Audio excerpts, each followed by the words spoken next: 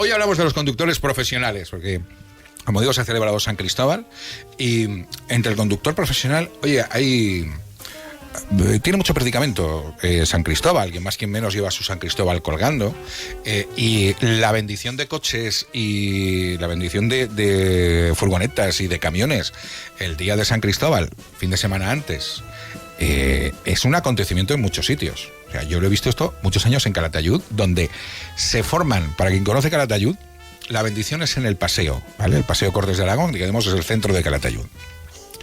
Yo creo que fue el año pasado, salía la cola de camiones, furgonetas, coches, taxis, se iba por la carretera Soria y se iba fuera de los límites de Calatayud.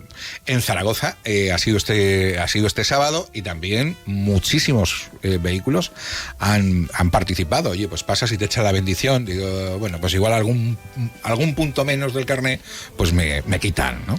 Así que hoy queremos rendir tributo y abrir nuestro WhatsApp con nota de voz o mensaje de texto a los conductores profesionales y familia, porque ser conductor profesional condiciona mucho la vida en familia.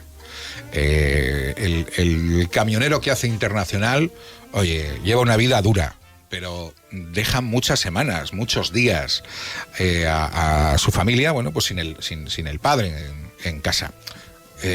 Queremos que nos hables de eso, de si eres taxista, si eres conductor de autobús, si eres conductor de camión, si eres repartidor, que el mundo del repartidor también es apasionante, Hay para llegar a todos los repartos, que nos parece que que ligero van, es que tiene que cumplir con los repartos, con los horarios, y te traen el paquete y que no está.